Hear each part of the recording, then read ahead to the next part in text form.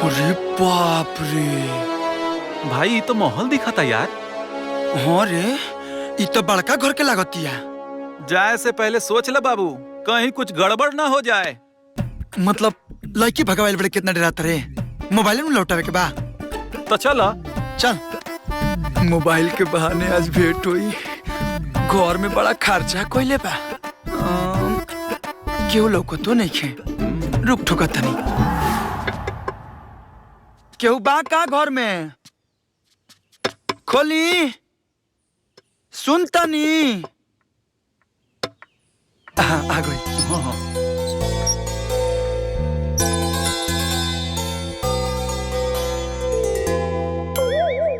का ऐसे का दिखो तारू? चिन्हत नहीं खू का? ना, केकरा से मिले के बाद? अच्छा, मतलब नाम याद बा, चेहरा भुला गेल बड़ी। का मतलब? ओ, बहुत बढ़िया बा। घर के बाहर भड़कीली और घर के अंदर शर्मीली। आप ई सब का कहतानी? साफ साफ बताए आपके केकरा से मिले के बा? तारा से। अब देखो, ढेर नौटंकी मत करो। शहर से बाइके से हमके गाँव आयल बनी जा। भर रास्ता दूर फाकत। फोन पे तो कहत रहो कि आ जाइए ना, अब आगे बन जाए तो ऐसे काहे करता रू? बंसी काका, देखा ई कौन लड़का हमसे बदतमीजी करता? तू हमरे के बदतमीजी। भाई हम चल भाई यहाँ से, चल यहाँ से निकल। अरे निकाल रे यहाँ से। भाई चल ना, तो मरा जाइबे। बहुत बड़ घर के लड़की है। छोड़। ए भाई चल ना। बड़ घर के है तो एकरा मतलब का? बेइज्जती करी। ए बेइज्जती के जब तक हम बदला ना ले तब तक हम इजे रहो। भाई बदला ले लिए, पर चल पहले। चल चल चल। सुन, हाँ ए गाँव में तोर कौन दोस्त रहनु? हाँ सुनील बाबा चल। हाँ चल, इनकरा के तना छोड़ब।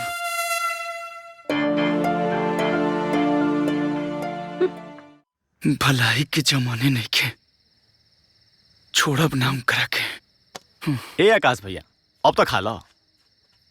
खाली रोटी खाई। अरे मार्केट में ओकरा के गुंडा से के बचौलस? होके वाला दरोगा जी। ओकर मोबाइल पहुंचावे शहर से गाँव में के आई?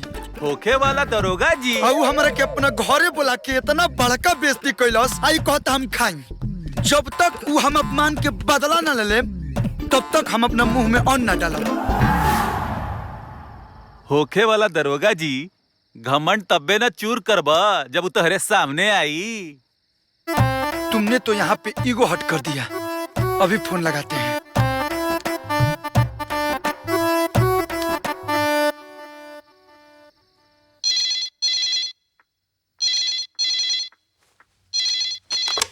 हेलो। हाँ, गीता जी से बात करना है हमको। आकाश, हाँ तू तो घरे आवे वाला रहला, तो का भइल? हाँ हाँ, हम तोरा घरे ना आयल रही। तू कब आइला? हाँ, मतलब तू हमरा से ना मिलल रहू। कमाल करे तारा। हम कब मिलनी तोरा से? ए, बहुत बड़ खिलाड़ी बिया। ये खेला कर दिया।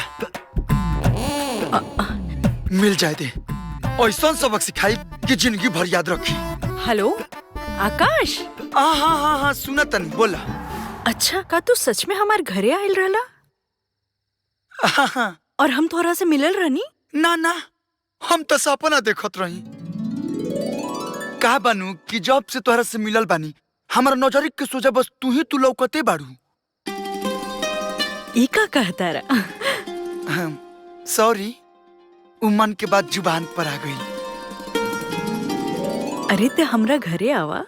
ना ना ना ना, पिटाए खातिर। अगर आपको हमसे मोबाइल लेना है तो आप हमसे अकेले मिलिए, वो भी फेस टू फेस, तब हम आपको मोबाइल दे सकते हैं। घर पे नहीं आएंगे ना। अब तो तोहरा से मिले के पड़ी। अच्छा बतावा कहाँ मिली? अब तू बतावा, हम तो से कहाँ मिली? वो ग्लोवा का टीला केहू से भी पूछला। वही जा आजा, हम मिले वही जा। ठीक बा, कल मिलते हैं।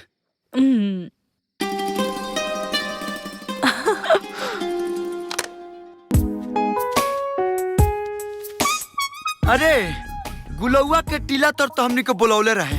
जगहिया तो ये है, लेकिन ऊ नहीं खेलौकत। लो आ गई। ना बॉडीगार्ड ना लठाई, अकेले आयल बिया। बुझाता आज मामला सेट हो जाए। तो जा चाप हाँ जाए नु जा। चल बेटा।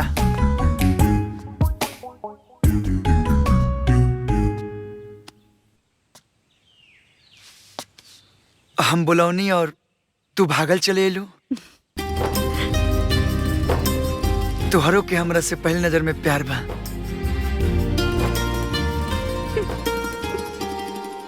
अरे कुछ बोलबू कि असही ला जाते रहबू। फोन पर तो बड़ा चहक के बोलेलू आ सामने वाले पे तारा का हो जाला। बड़ा हंसी आवता। मतलब आज कौन नाटक सोचले बड़ू? पहले इतना प्यार से अपना घरे बुलालू, हम कुछ सोचे ना बुझनी, बाइक उठौनी और तारा हवेली पे पहुंच गई। ना जाने कितना के डीजल खर्चा भइल हो। आप पहचानल तो दूर अपना हरिया बंसी का के बुलवा लू हमरा के पिटवावे खातिर। ई मत सोचियो कि हम तोरा के अपन प्यार के इजहार करे खातिर बोलोले बनी। हाइले पकड़ अपन मोबाइल। तोरा जैसन सरफिरी घमंडी से कोनो पागले होई जे प्यार करी।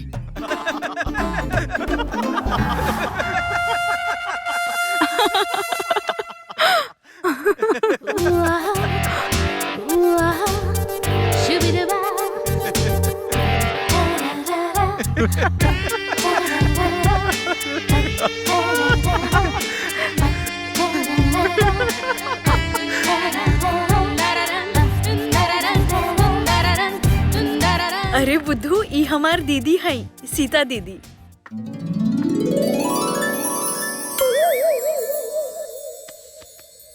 तू इनसे मिलल रहला वो दिन घर पे। अरे हम तो पहचाने न पौनी। हमनियों के देख के गड़बड़ा गई नहीं जा। माफ कर दी सीता दीदी। रुआ के पहचान ना पौनी और रुआ के ना जाने क्या बोल देनी। माफी काहे के आकाश, इनमें तोहार का गलती बा। सही कलुहा, एमे हमार कोनो दोस्त नहीं है। सब गलती राउर बहन के बा। ई जोन खेला कैली हिनु आज तो इनके ना छोड़ब। एकुल तो ठीक बा, लेकिन एगो बात बा कि सब ए जी, वो देखी आकाश और गीता की जोड़ी कितना अच्छा लगत बा ना। 2-4 दिन और रुक जाइता तो अच्छा रहा। जाइल जरूरी बा, कभी भी ट्रेनिंग में बुलावल जा सकेला। ठीक तो लागत बा, बाकी हमनी के पहले सीता के बारे में सोचे के चाहिए। कहाँ जानी फिर कब मुलाकात हुई। अरे मुलाकात काहे ना हुई, बहुत जल्द वर्दी पहन के आई। तुहार माई बाबू से तुहार हाथ मांगब।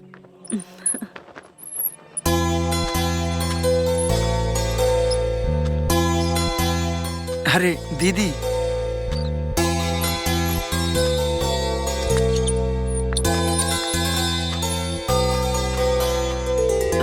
दीदी ई लोग आज जात अड़े दीदी।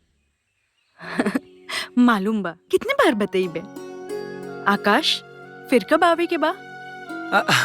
राउर शादी में पक्का है। जब तुहार शादी हो जाई तब बे नहीं दोनों के नंबर आई। ना सुधरबे। कुंडली तो मिल गई बा। बुधवार के लड़का वाला लोग सीता के देखे आ रहल बड़े। हाँ, आवत तो बाड़े लोग। ए जी, आवे ले लोग सीता के देखे और पसंद कैले वेले गीता के। हमार सीता के मन में का गुजरत हुई। ई बतिया तो हमहू सोचत रहनी है। एगो रास्ता बा, सीता के ब्याह तक गीता के लड़का वालन के नजर से दूर रखे। ई का कहता नी रोवा? गीता अपन बहन के ब्याह में दूर रही।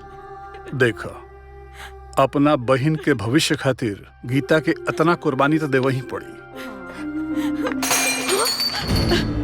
लगा तो गीता सुन लेलस। गीता, गीता, ए गीता, गीता, गीता, गीता, गीता बेटा, गीता बेटा, गीता, गीता, गीता, गीता बेटा, ये तू क्या करता हुआ? हम सब सुन लेनी बाबूजी।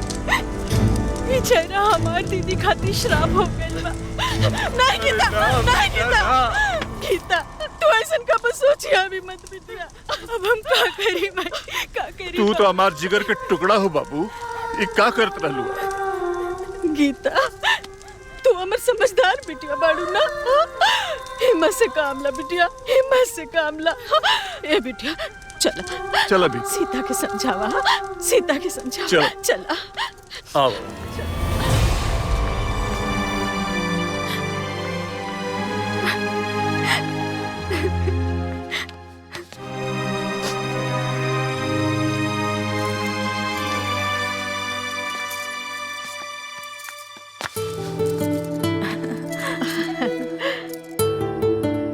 सीता आज तोरे मामा के फोन आइल रहे। गीता के दाखिला कंप्यूटर क्लास में हो गई बा।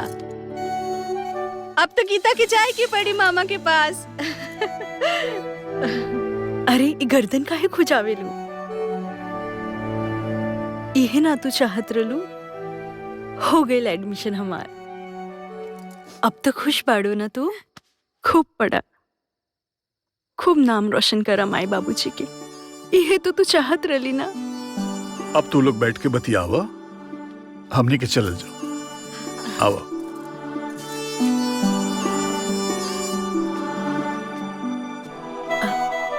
हमके काल ही जाए के बा। पता बा गीता, अब फिर से केहू आ रहल बा हमके हमार नजर में गिरावे खातिर। ई का कहताड़ू दीदी? भगवान हमके कुरूप बनौले बा। बेवकूफ ना, हम सब जानतानी तो काहे जाताड़ी? ऐसन मत कही दीदी। हमार दीदी जैसन सुंदर लड़की दुनिया में केहू नहीं खे, केहू ना। ना जाने कितना दुख देवे खातिर हम पैदा ले ले बानी तू लोगन के। ये का कहता रू तू? अभी हम जाके माई बाबूजी के सब बता दे। ना रे ना, वो लोगन से कुछ मत कहिए। वैसे ही वो लोग बहुत परेशान बा हमार वजह से। तू हमार छोट बहन है, हमार बुच्ची है। तोरा सामने रो लेवे से मन हल्का हो जाला। पागल होगा, हर बात पे रोवे काहे लागे लो। ई बार देखिया सब ठीक हो जाए। देवी जैसन हमार दीदी, देवता जैसन मिली है हमार जीजाजी। हमार मन कहता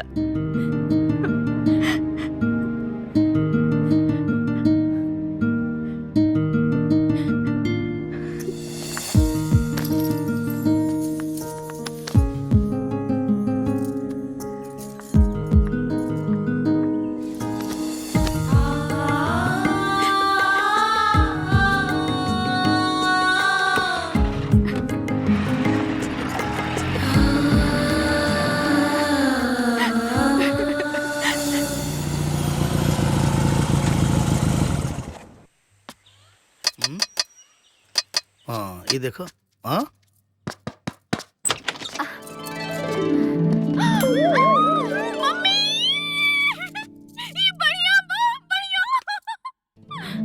आकाश। बेटा ताहर नाम का बा? ताहर माता पिता कहाँ बाड़न? का करेला तू? घर में के हो? ई दुनिया में हमार केहू नहीं खे।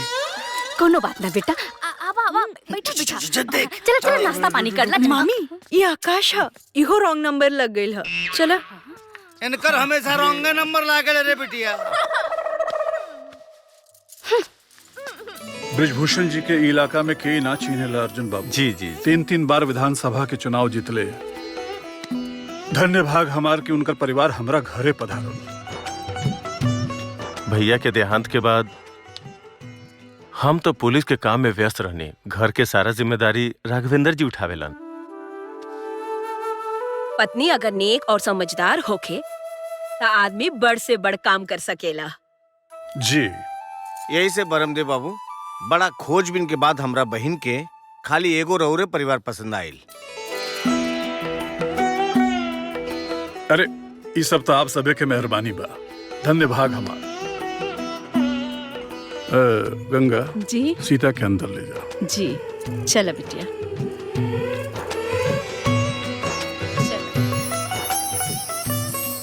रवा सब है हमार बेटी के तो देख लेनी। इस सांच बा कि हमार बेटी बहुत सुंदर नहीं खे, बाकी पूरा परिवार के एक साथ में लेके चले वाली ऐसा लड़की। कैसन बात करतनी चाचा जी? सुंदरता तो हमारा खातिर वैसे ही हवे जैसे कोई बहुत अमीर घर में पैदा भइल होखे और धीरे धीरे गरीब हो जाला। सुंदरता भी तो धीरे धीरे खत्मे हो जाला ना। वाह, जैसन ऊंचा खानदान वैसने ऊंचा विचार। तो बोली पंडित जी, अब तो दोनों ओर से रिश्ता मंजूर बा। जब मंजूर बात तो लेन देन के बात कर ली जी। हमने के इतना छोट ना बनाई पंडित जी। भगवान के दिहल सब कुछ बा हमरे पास ब्रह्मदेव जी। बस राउर बेटी के जरूरत बा और कुछ नहीं। हम तो धन्य हो गई, बड़ा अच्छा लागल हमरा। बाकी शादी के धूमधाम से करे में हम कौनो कसर ना छोड़ो। अगले हफ्ता ट्रेनिंग पर जाए के बा। हम तो सोचले रहनी शहर में आयल बानी, अगर तू मिलत रहबा त। अरे पगली, कुछ महीना के तबाद बा, चुटकी में कट जाई। और बोलत त ऐसे बड़ू, बुझात हम जाइब तो लौटिए के ना आई। फिर कभी ऐसा मत कहिया। ठीक बा।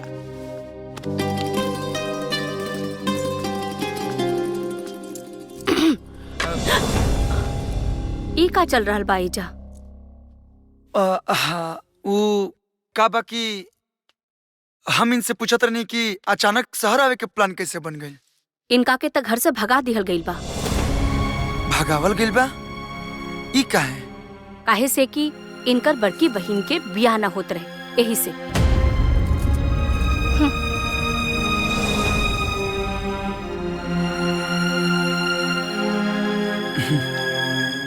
हम दीदी से वादा कले रही कि उनकर शादी में जरूर रही।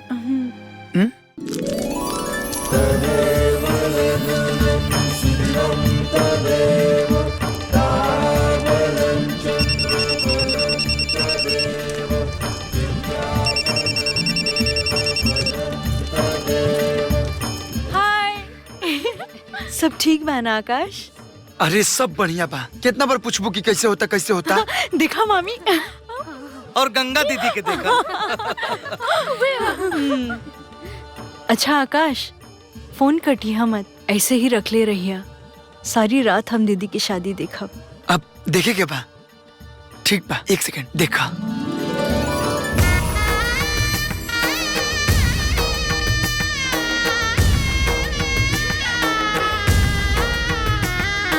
मंगलम भगवान विष्णु मंगलम गरुड़ध्वज मंगलम पुंडरीकाक्ष मंगलाय मनोहरि।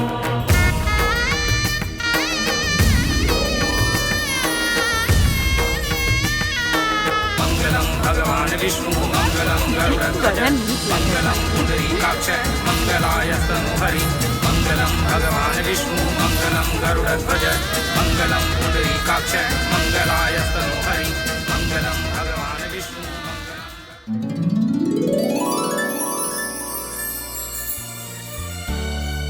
आज से हमनी के नया जिंदगी शुरू हो रहल बा सीता।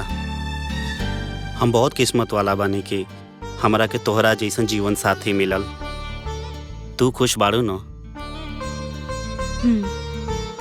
सुख में दुख में जिंदगी के आखिरी सांस तक हम दोनों के एक दूसरा के साथ निभावे के बा। बोला ना, देबू ना हमार साथ? सर हिलौला से काम ना चली, वादा करो।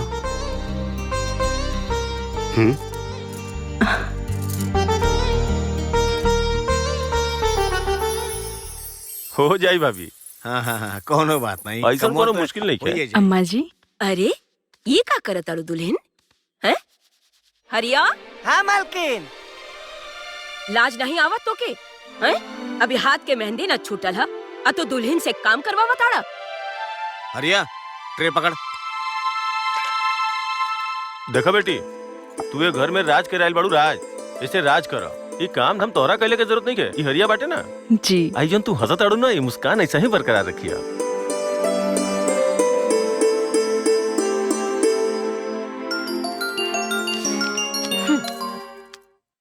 हेलो हेलो गीता दीदी, प्रणाम। खुश रहा। का पूछी? तू तो भूल ही गई लो अपना दीदी के। बात मत बनावा दीदी, भूला तो तू गई बाड़ू, आज हमारे याद आ गई। अरे तनी सीता से पूछा ओकर ससुराल में कोनो लइका बा? अरे ओकरे बहुत करे तो हमार गलती बा। अच्छा तू कैसन बाड़ू? हम एकदम ठीक बानी। और आकाश कैसन बा? आकाश ना ट्रेनिंग खातिर बाहर गइल बाड़े। अच्छा दीदी तू कैसन बाड़ू? हम एकदम ठीक बानी। तू कहले रहलू ना कि देवता समान मिली तोहरा के जीजाजी, तू एकदम सही कहले रहलू। हाँ। हम बहुत खुश बानी गीता। और जीजाजी कैसन बाड़न? ले अपन जीजाजी से बात कर ले। हेलो जीजाजी प्रणाम। प्रणाम तो बटले बा, लेकिन हम आपसे ना बहुत नाराज बानी। वो कहे कि आज तक ले हम अपना साली साहिबा के चेहरे ना देखनी।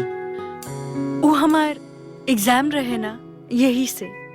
अच्छा अब तो तुम्हारा एग्जाम खत्म हो गई ना। देखो बातचीत तो तब्बे हुई जब तुम्हारा दर्शन हुई। अच्छा तो हम फोन रखा था नहीं। जी प्रणाम। अब देखिए तुम्हार बहन जी तुझसे मिले खाती कैसे भागल भागल अइहन। आ जाइए टाइम पर। मुआ।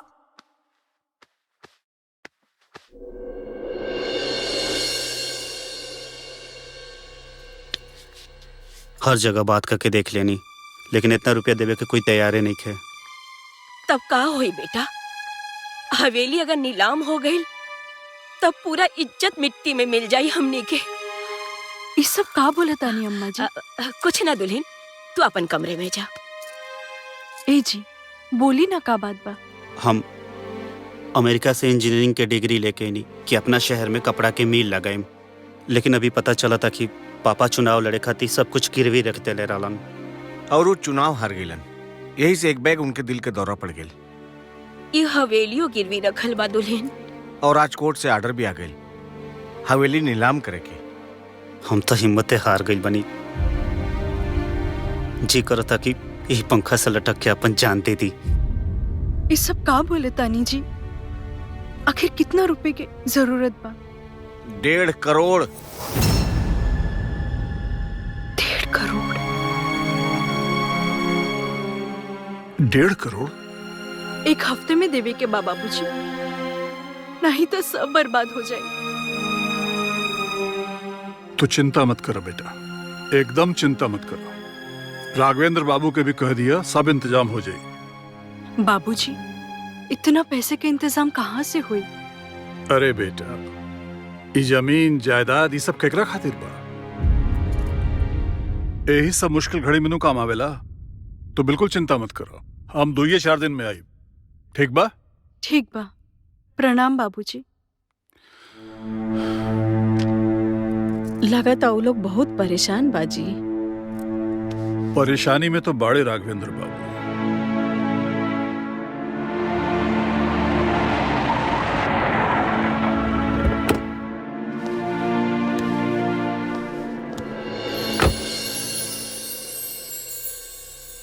आप हमने की इज्जत बचा लेने भाई साहब। ऐसा मत कही मनोरमा जी, राउर इज्जत हमार इज्जत कोनो अलग लगबा। अरे बस बस। राउर एहसान हम कैसे उतार पाएं पापा जी? में एहसान की का बात बा? एक तो तू ही लोग के बा बेटा। अब तक ते खुश बड़े।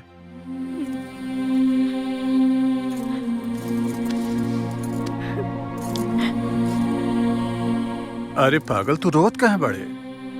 चल हंस।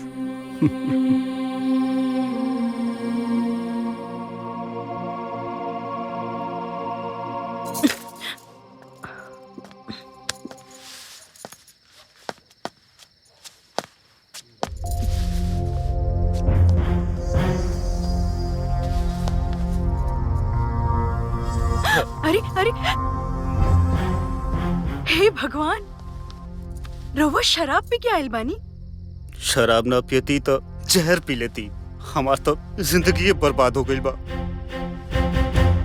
जितना भी पैसा रहे ओके मिल बनावे खातिर जमीन खरीद लेनी, बैंक से कर्ज लेके मशीन भी ले लेनी। अभी और मशीन ले आवे पड़ी तबे काम शुरू हुई और बैंक भी कर्ज देवे से मना कर दियलस।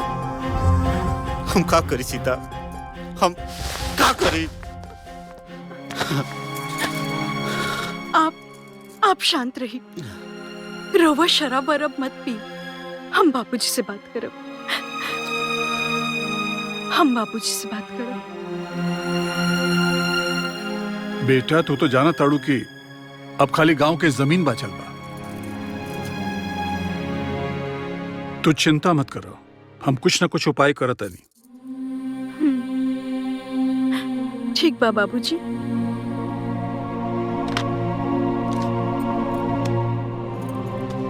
राघवेंद्र बाबू जोने कपड़ा के नया मिल लगा रहल बड़े, ओकरा शुरू करे खातिर उनका और ही रुपया चाहिए। कितना? 2 करोड़। बाप रे, इतना पैसा कहाँ से आई? जमीन बेचे पड़ी, कुछ गिरवी रखे पड़ी, और का। ए जी, गीता के भी बिहा करे के बा। ऊ जब करे के होई तब करे के होई, पहले तो समस्या के हल कईल जरूरी बा।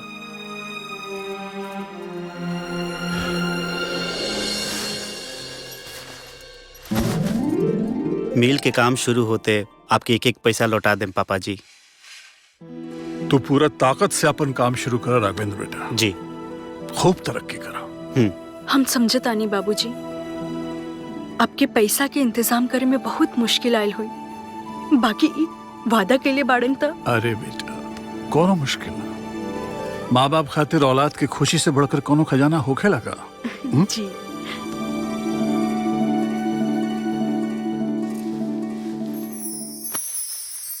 आकाश, ना जाने का करत होकब तू कुछ कर, हमार याद तो जरूर आवत हुई तो के।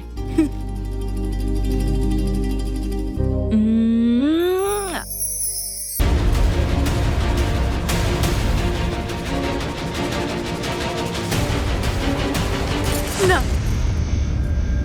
ये हमसे ना हुई। अरे दिमाग से काम ला दुल्हन, सब बढ़िया हो रहल बा, मिल भी चालू हो चुकल बा। अरे कच्चा माल खरीदे के और तनख्वाह देवे के 1 करोड़ रुपया की जरूरत बा, समझा? हम बाबूजी से और पैसा नहीं के मांग सकत। तू समझत नहीं खुशीता, सिर्फ एक बार अगर माल बाजार में आ गई ना तो पैसा के बरसात हुई, पैसा बरसी, फिर उनकर हमनी के सारा कर्ज दे देबे के। तू सिर्फ आखिरी बार उनसे बोल के देखा। हम बोले तो अपना आपकी बेच के भी पैसा ले आई है, बाकी अब हम उनकरा से नहीं की कह सकत, नहीं की कह सकत।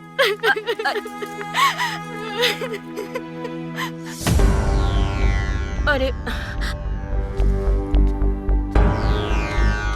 हमार सब मेहनत बेकार हो जाई सीता, सब कुछ रेडी बा, सिर्फ एक बार काम शुरू हो जाए दा। काहे जिद करता नहीं रहुआ? 3.5 करोड़ रुपए तक दे चुकल बाड़े हमारे बाबूजी। इतना पैसा वो कहाँ से ले आयल हुई है, ये सोच सोच के हमार जान जाता। और वो कहता नहीं कि और मांगा। ये आखिरी फैसला बतौर। बिल्कुल। अब देख तुर का हाल होता है।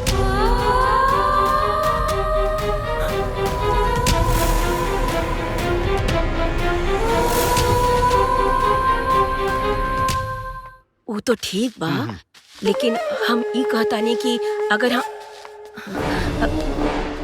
ये सिंगार पटारा हटावा दुल्हन, राज करे के दिन गए। आई नौकर चाकर रखे के हैसियत हमनी के ना बा, सिर्फ हरिया रही, वो भी बाहर के काम करे खातिर, बाकी कुल घरे के काम अब तू करबो। अब वो कहता नहीं तो से कि अपने बाप के फोन कर दे। हम काम कर रहे ले, काम पे लग जो।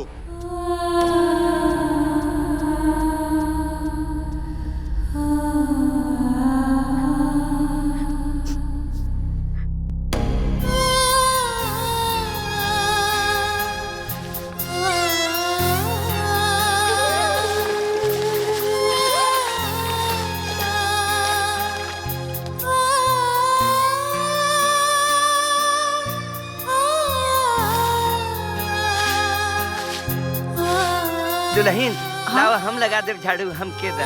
नहीं काका, हम कर ले। नहीं हम के दा। काका हम कर ले। नहीं काका। अरे दुल्हन हम लगा दे। काका छोड़ दी ना। अरिया निकल।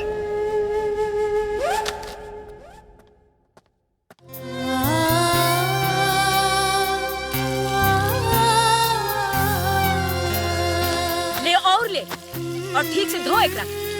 जी अम्मा जी।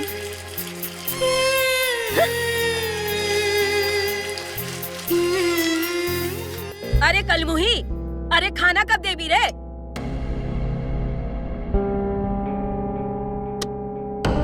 परोसी के तोर बाप परोस। जी।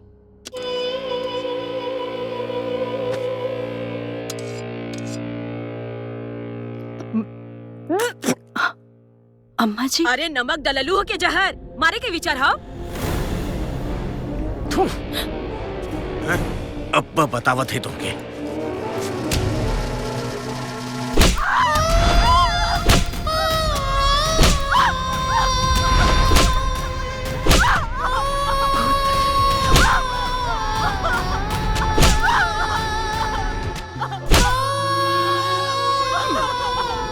एक करोड़ और आप यहाँ जल्दी आ जाएं सरकार। दुल्हन पे यहाँ बहुत जुल्म हो रहा बा, आप जल्दी से आ जाएं। वो लोग फिर पैसा मांगा ताड़े।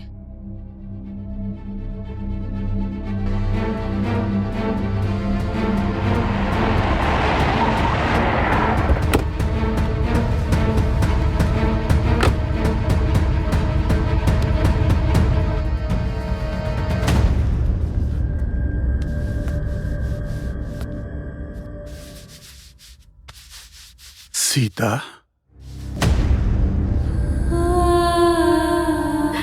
अरे बाबूजी। अरे का हाल हो गिल बता के मरलस तारा? ओ बाबूजी, हम गिर गए रहन। अरे हम ऐसे ही अपन बेटी के विदाई कैले रहनी। हाँ, अरे का हाल बना दिल बड़ा फूल जैसा हमार बेटी के। इतना भड़की मत बाबू साहब, हमने की हैसियत नहीं के घर में नौकर रखे गए, तो घर के काम दूसर के करी। ये घाव घर में काम कैला से लागल बा?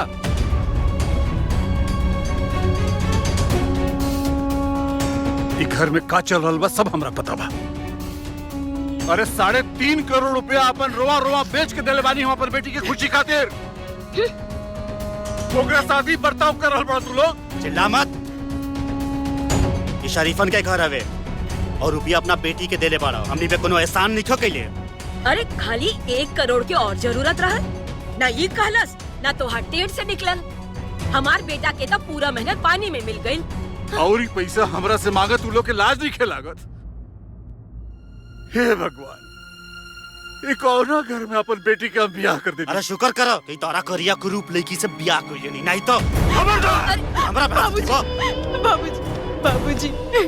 अगर इतना अफसोस बा हमार बेटा से ब्याह कैला के, तो ले जा अपन लाडली के अपन घरे, और फिर बाप बेटी कब्बो ना अपन शकल दिखैया हमनी के। चलो बेटा चल चल।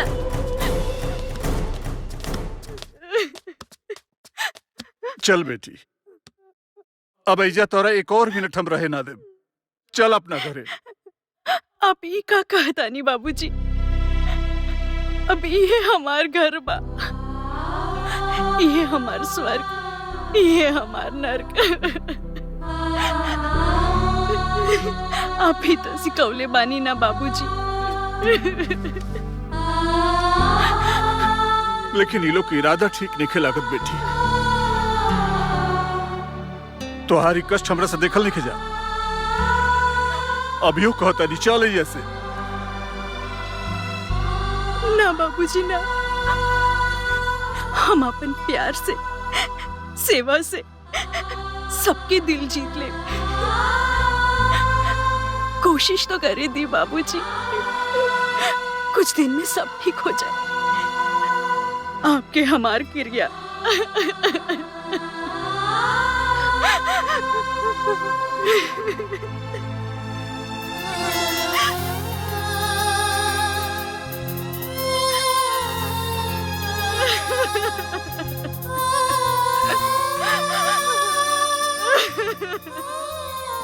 हम पता लगोले बानी, वो बुढ़वा के लगे हवेली छोड़ के अब कुछ नहीं की। ओकर औकात आज 1 रुपया के लायक भी नहीं खे। अरे हम तो सोचत रहनी कि बुढ़वा ले जाई अपन लाडो के, लेकिन ई हरामखोर एजा रुक गई हमार छाती पे मूंग डरे खातिर। अब तक कुछ तो ऐसा करे के पड़ी कि सांप भी मर जाए और लाठी भी ना टूटे। सही बात है, कुछ तो करे के पड़ी।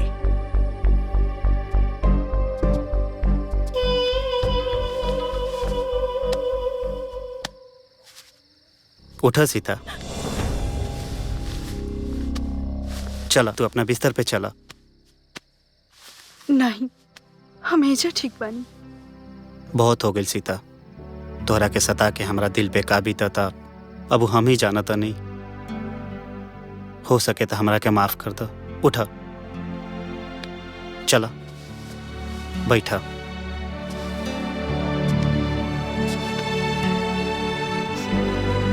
तोहरा के तो हम अपना जान से भी ज्यादा चाहे नहीं।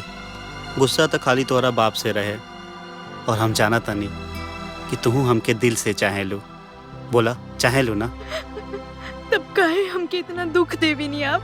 हम बताओ नहीं ना, गुस्सा तो खाली तोहरा बाप से रहे। वो पैसा तो जरूर दिलन, लेकिन कोनो खुशी से ना, मजबूरी से। तबे तक घरे आके इतना बेइज्जत करके गइलन सबके। ऐसन मत कही जी, हमार बाबूजी जैसन इंसान दुनिया में क्यों हो नहीं के। वो तो बस यही बात पे तो तू गुस्सा दिला देता रू। तू हमसे प्यार करे लो ना? हाँ जी, आपके कैसे विश्वास दिलाई हम? विश्वास? वही विश्वास जब तू हमारा बेइज्जती के जवाब अपने बाप के देबू। ला लिखा आई। हमार बाबूजी की हालत तो समझे तानी जी। बस यही बात पे तो तू गुस्सा दिला देता रू। ला लिखा हम जुन कहता नहीं। लिखा लिखा। बाबूजी, बाबूजी, हमारा जैसन ताभागन लड़की के दुनिया में केहू के ना होई, जेकर बाप अपना औलाद से ऐसन बदसलूकी करत होखे। लिखा जैसे कि कोई दुश्मन के भी साथ ना करत होखे। हमार तो जी में आवता कि हम अपन जान देती। लिखा लिखा।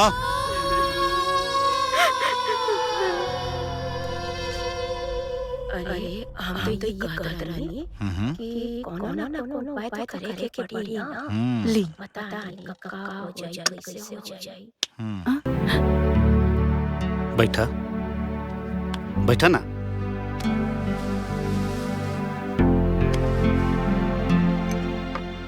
तू यही में खाना ना। आज हमार करवा चौथ के व्रत है। ई व्रत पति की सलामती खातिर रखल जाला।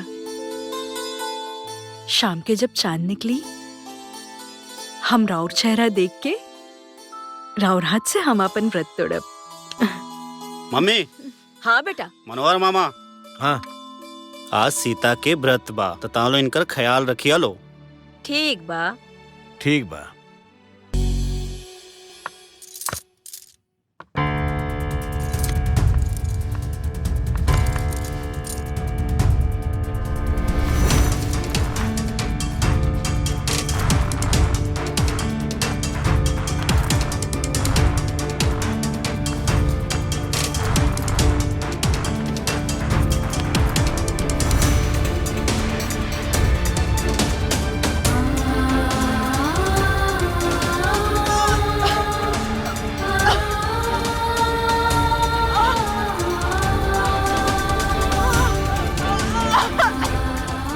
अरे दादा रे दादा, दुल्हन तोहरा के जौहर दिहल गइल बा। जौहर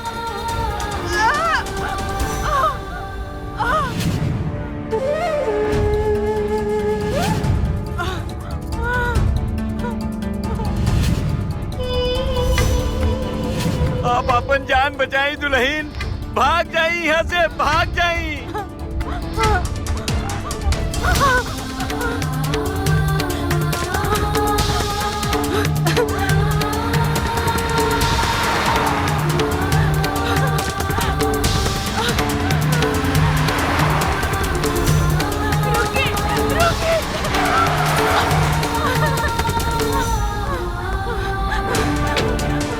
दुल्हन का भइल? हमके जहर दिया गइल बा। अच्छा अच्छा, तू परेशान मत हो, कुछ ना होगी। हम तोरा के हॉस्पिटल लेके जाए। अब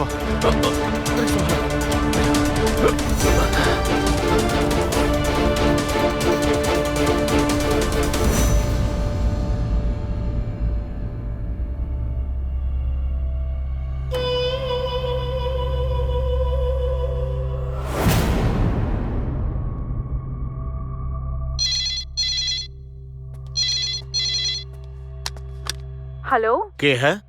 जरा दीदी से बात करवा दी। हम गीता बोलतानी। गीता? तो हर दीदी ते करवा चौथ का व्रत रख ले बाड़ी। हेलो गीता, गीता हमके बचा ले गीता। हेलो, हमके मार डाली गीता। ये हमने के तो फंसा दी। हेलो, हेलो, का भइल? राघवेंद्र, सोचा मत, ये जिंदा रही तो हम सबके फांसी पे चढ़वा दी।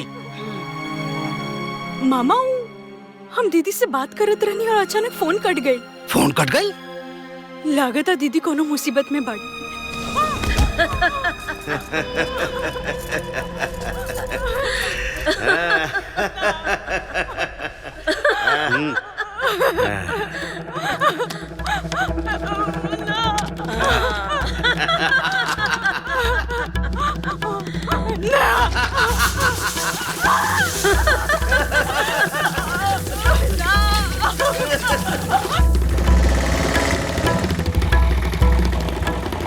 लो बाबू।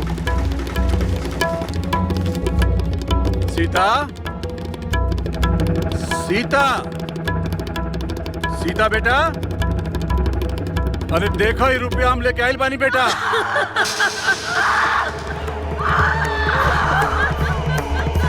सीता,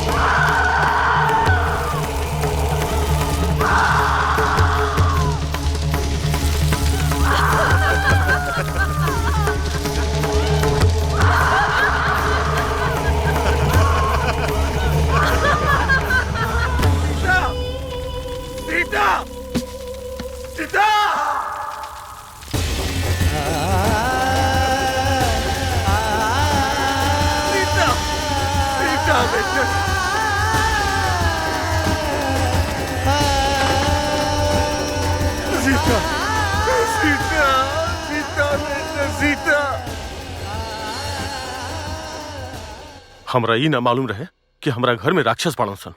दुल्हन, तू अपन पूरा बयान लिखवावा। एक एक जना के फांसी दिलवाई हम। लिखा डॉक्टर। जब जहर काम ना कैल तो वो लगाम के मट्टी के तेल डाल के जरा दे ले। हमार सास, पति और मामा हमके मट्टी का तेल डाल के आग लगा दे। हमके बचा ली चाचा, हमके बचा ली। बस बस, इतना बहुत बाटे। वो तीनों के फांसी चढ़ावे खातिर तू बस एजा साइन करता।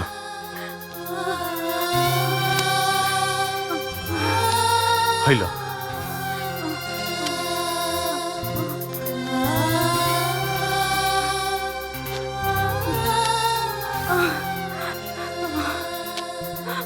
लो डॉक्टर।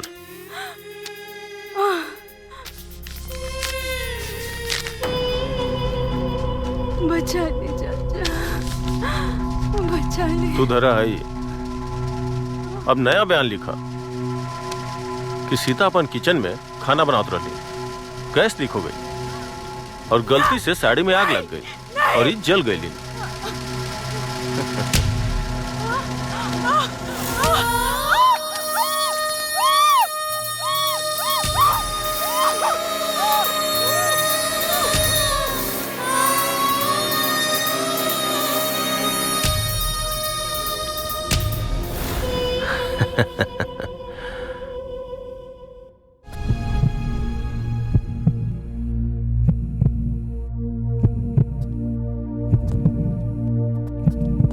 डॉक्टर साहब कैसन बिया हमार बेटी?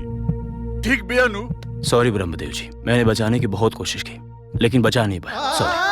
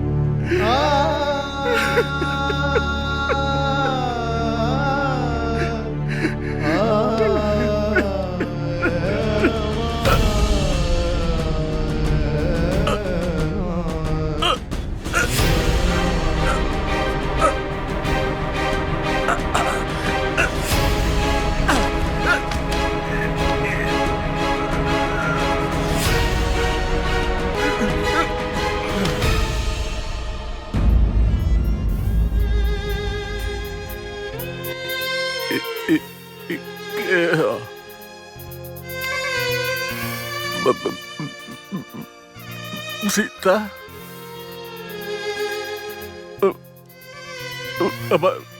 बच्ची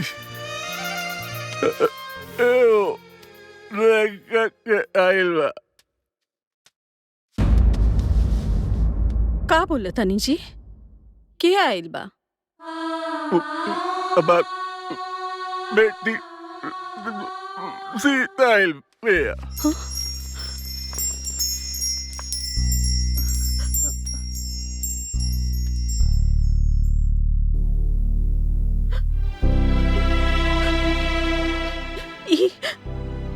सीता ना बिया जी, ई गीता बिया।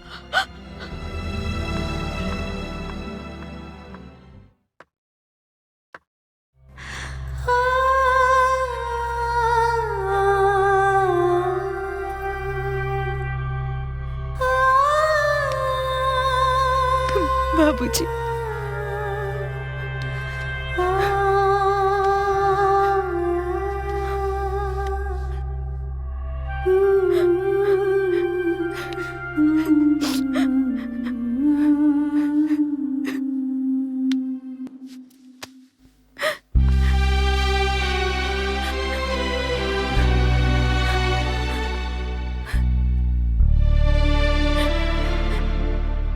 माई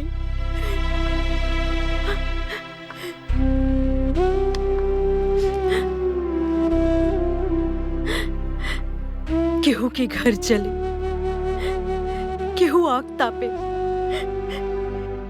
ई ना हो सकेला। जिंदा जलावल गई बाड़ी उमाई,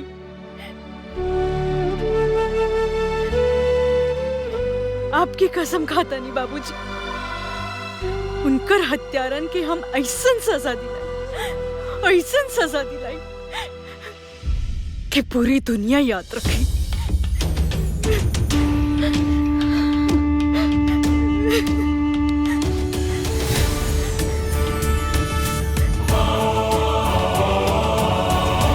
राघवेंद्र, हम आ रहल बानी, हत्यारा।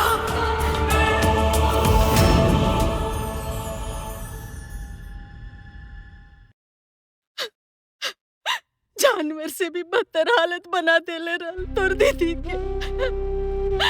दिन रात हमार बेटिया खटत रहली, झाड़ू मारत रहल, पोछा मारत रहल, बर्तन मांजत रहल, कपड़ा धोवत रहल। एकरे बावजूद ममुआ ओकरा के बेल्ट मारत रहल।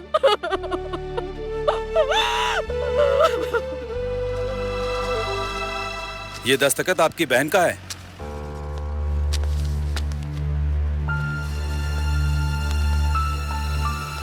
ये तो दीदी का। हाँ।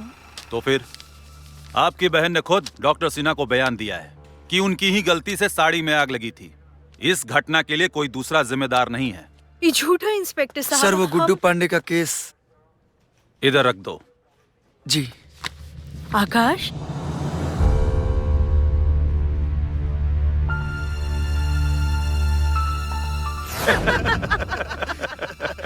सीता के केस ना अब दुर्घटना साबित हो गई बा।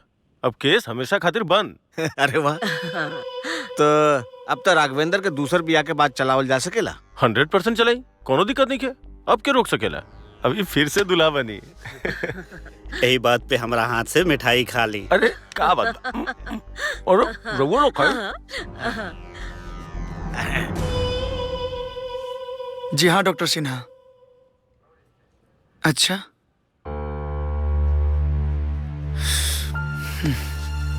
जी धन्यवाद। तो हर दीदी डॉक्टर सिन्हा के खुद बयान लिखवेले बड़ी कि उनकर मौत उनकर गलती से भइल बा। एमे उनकर ससुराल वालन के ये दुर्घटना में कोनो हाथ नहीं खे। झूठ हई, झूठ कहता हर आदमी।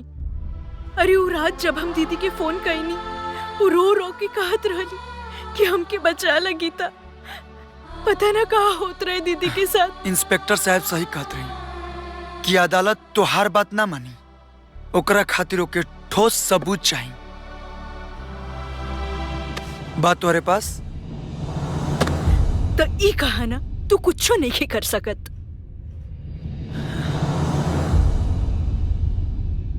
चला हमारे साथ है। कहा? इसमें कुछ नहीं हो सकता है। एक केस अदालत में पहले दिन ही खारिज हो जाएगा। एकर मतलब ही कि हमार दीदी के हत्यारन के सजा ना मिल पाई। जब तक पुख्ता सबूत और गवाह उन लोगों के खिलाफ नहीं मिल जाएगा तब तक संभव नहीं है।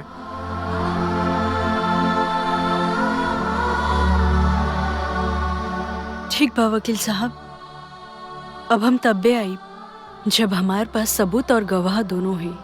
चला।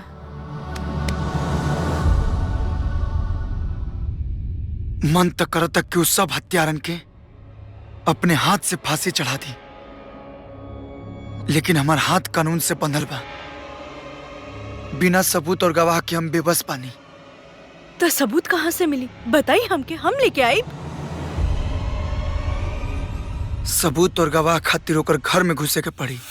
लेकिन राघवेंद्र तोहरा का अपना घर में काहे घुसे दे? घुसे दी मामा, ओकरा खातिर चारा फेंके के पड़ी, दौलत के चारा। और वो सारा दौलत था वो ले गई हत्यारा। लेकिन अब हमरे पास कुछ पैसा बा। गीता, तोरे बिहा खातिर बस ये बचा के रख ले रहने। इहो ले जो। अच्छा तो पेपर मिल खोले आइल बाड़ू तू एजा? पापा ये जिम्मेदारी हमके देले बाड़न, काहे कि बलिया से हमार परिवार मुंबई शिफ्ट हो गए रहे। अच्छा, यही से हम सोचा था नहीं कि इतना अच्छा भोजपुरी कैसे बोल लेता तू। आप एक्सक्यूज मी मैम, बाहर कुछ लोग चंदा लेवे खातिर आइल बा। ठीक बा, भेज दा। अच्छा सुना, रात के खाने में हम सिर्फ जूस ले, काहे कि होटल के खाना हमके नुकसान करता। ओके, थैंक यू मैम। ओके। अगर आप कहे तो हम अपना घर से खाना मंगवा दे आपके लिए। ना ना, कहाँ राघवेंद्र बाबू, अभी हमार दोस्ती इतना नहीं खेभेल। प्रणाम टीना जी, हम दीनानाथ अनाथ आश्रम से आइल बने। प्रणाम।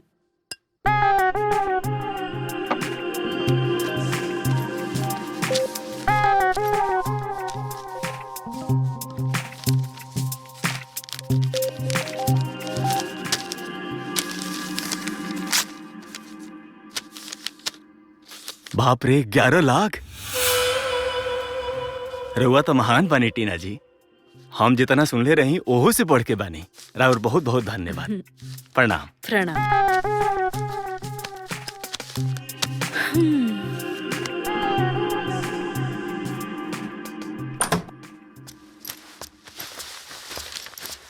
अरे आ गईला, चेक मिलल। लाओ हमके दो। दा बड़ी भारी रकम पहले हवा महाराज।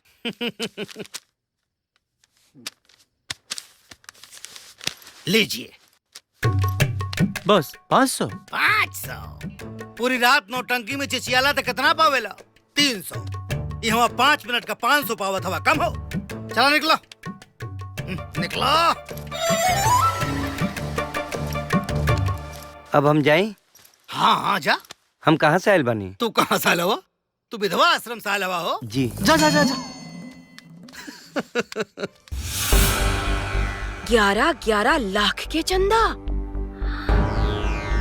अनाथालय और विधवा आश्रम के। खरबपति बाप के इकलौती बेटी है मामा, कहीं उसे हमार चक्कर चल गिल ना तो माला माल हो जाए कि हमनी के। जादू चलावा बेटा, कुछ जादू चलावा ओकरा पे। हाँ, अच्छा।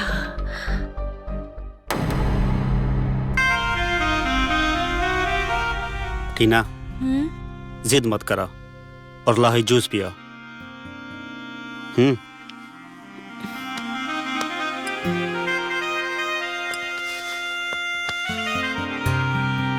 कितना ख्याल बतो के हमार।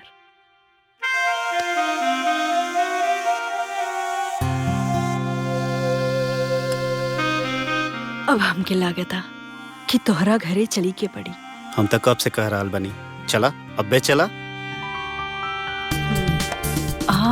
सो ब्यूटीफुल ना। यह है लखनऊ, नवाबों के शहर। हाँ, अमेजिंग। बहुत ही खूबसूरत शहर है हमार, और तू हमारा शहर में अगर आगे बढ़ू तो तोरा के घुमावल तो हमार फर्ज बनता है। तो घर चले से पहले तोरा के पूरा लखनऊ घुमा के फिर घरे ले चलतनी। वाओ, लखनऊ तो हमार फेवरेट बा। अरे रुका रुका, नीचे रुका। का भाई? तो के कुछ गिफ्ट देवे के बा।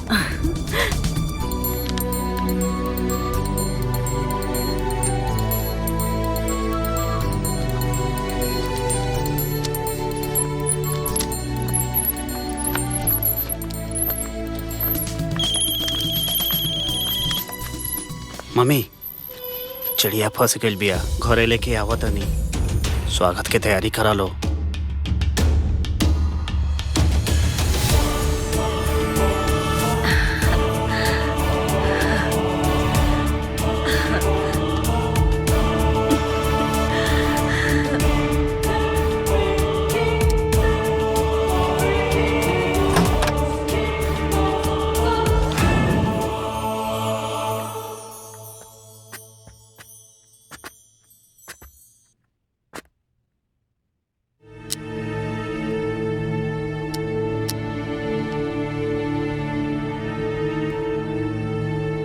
तुहार पत्नी के एक भी तस्वीर नहीं खे। उ हम तोरा के बतैले रहनी ना कि उनकर मौत कैसे भइल। सही कहा तारा। अगर तस्वीर रही तो वही सब याद आवे लगी ना। हाँ, यही से। अच्छा, हाँ, वो सब डील तो हो गइल बा। हाँ। अरे यहाँ बारू तू? नाना डैडी, राघवेंद्र तो हमार बहुत अच्छे से ख्याल रख ले बा। अच्छा ली, आप खुद ही उनसे बात करें। डैडी। प्रणाम अंकल जी। खुश रहा खुश रहा। का हाल में बेटा? अरे ऐसा कौन जादू कर दे हमारी बिटिया पे कि जब देखा तो अरे तारीफ कर रहल बाड़ी। अंकल जी, टीना खुद इतना अच्छा है कि क्यों क्यों बुराई ना करेली। अच्छा, माने तू इतना तारीफ कर रहल बड़ा है बेटा? देखा, बात हम सीधा सीधा करीला। अगर तोहन लोगों ने एक दूसरा कितना पसंद हवा तो फिर बतावा, आ जाते तुम्हारे घरे बात आगे बढ़ावे खातिर। बात बढ़ावे मतलब? अरे बाप, देखा अब टीना हमारे इकलौती बिटिया है नू, उनके साथ ही उनके मनपसंद लड़का से न करो। अंकल जी, अबे में हम का कहीं? कौनो बात ना। देखा अब हम टीना से बात करब, अगर वो हाँ बोली है तो हम तोरे घरे आ जाए। ठीक बा? हाँ। ओके। ऐसन का कही देले बड़ू अपने डैडी से? वो तो हमनी के ब्याह करावल चाहता रहा। सच कही टीना, हम तो के दिलो जान से चाहे लागल बानी। अगर हमनी के शादी हो गई ना, हम तो के इतना खुश रखम जितना आज तक कोई भी पति अपना पत्नी के इतना खुश ना रखले हुई।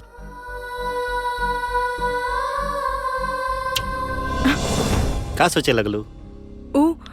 हम पहले से ही सोच ले बानी कि हम उहे घर में शादी करब जहाँ उ घर के सारे लोग हमारे इशारे पे नाची। का तोहार घर के लोग ये बात मानी? तू कह के तो देखा, काहे ना मानी? खाना हम बनाई, बर्तन हम माजब ना। अरे झाड़ू पोछा हम लगाई। हमरा पता रहे केहू ना मानी। मम्मी, मामा,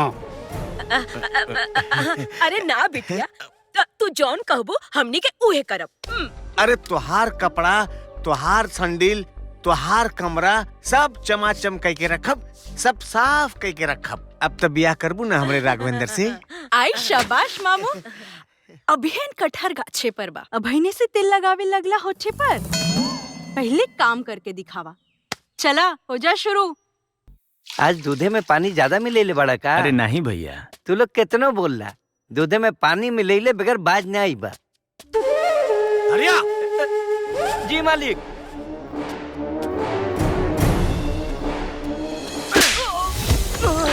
तोहरा के कितना बेर बोलनी कि बाहरी आदमी से बात नहीं खे करे के, लेकिन ना मन ले, ना मन ले, ना मन ले। मालिक को ऐसे ना माफ कर दी मालिक।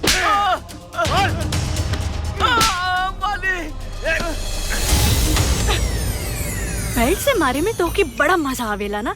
ले आज तू मार खा। ले। टीना, टीना, टीना, क्या कर दो टीना? पागल हो गई बड़ू का? पागल ना हो खब। हम अपन कमरे में कपड़ा पहनत रहनी और ये ठरकी कमी ना हमके झाक झाक के देखत रहे। दादा हम कहाँ झाक रहे? दिखाई कर झूठ बोलन।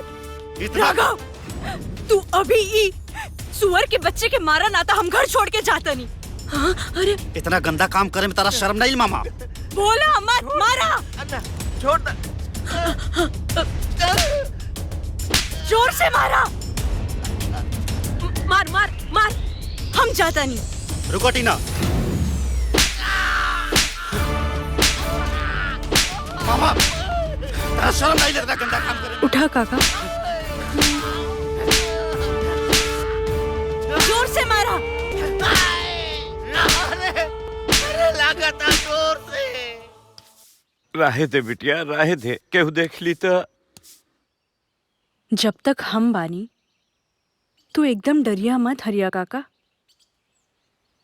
ई बतावा तो के घर के बाहर काहे नहीं जाए? ना बिटिया, ना ना ना, हमके मार डरिए बिटिया। जैसे सीता दीदी के मार देलन सन।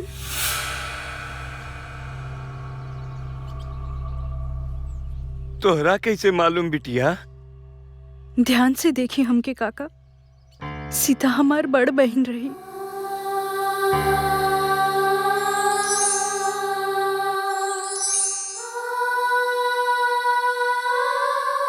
हम तोहरा के सब बात बताओ तानी बिटिया। उ दिन दुल्हन के करवा चौथ रहल।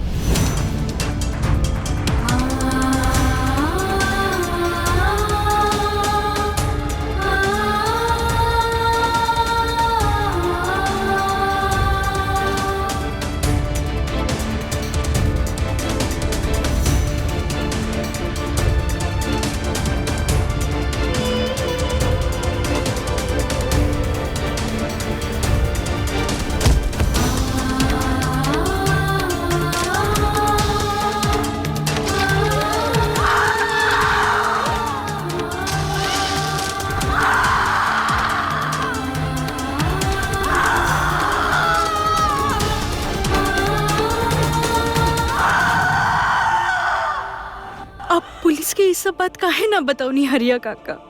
हम पुलिस तक पहुंच पाए बिटिया तब बताई ना। अच्छा आप एक काम करें, आप टेलीफोन के पास ही खड़ा रहा। जब फोन की घंटी बाजी आप फोन उठा के पुलिस के सब बता दिया। ठीक नो काका? ठीक है बिटिया।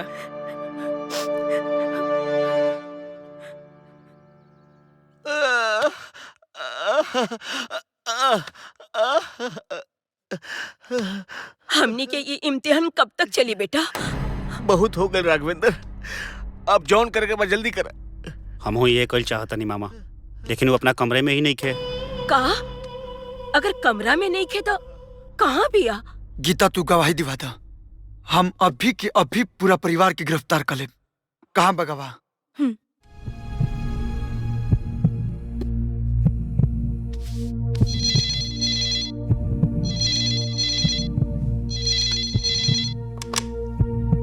हेलो, के बोलत बा? हरिया काका, हम गीता बोलतानी। अच्छा, उ दिन जवन तू हमके कहत रहला उ सब तू इंस्पेक्टर साहब के बता दा। तो ठीक बा, दरोगा साहब के फोन दा। हाँ हाँ हाँ, ला। हाँ, का भेल रे सीता के साथे? सीता दुल्हन के उ लोग। हेलो हेलो,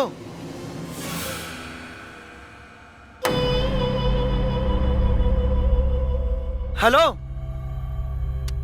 का भाई? फोन कट हो गई।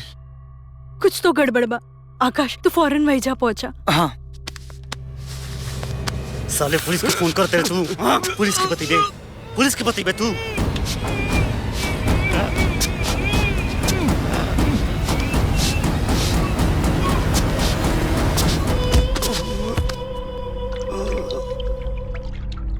अरे, ये तो मर गई।